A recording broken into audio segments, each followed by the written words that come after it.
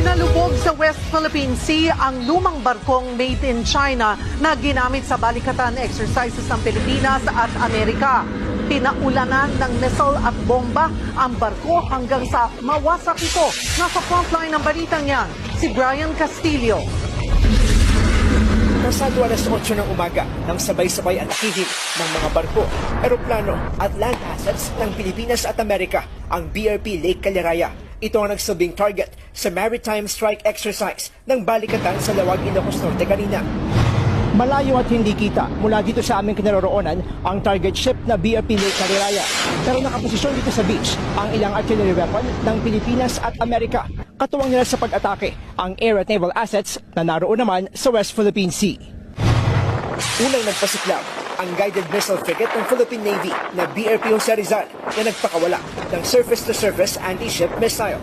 Sa drone shot,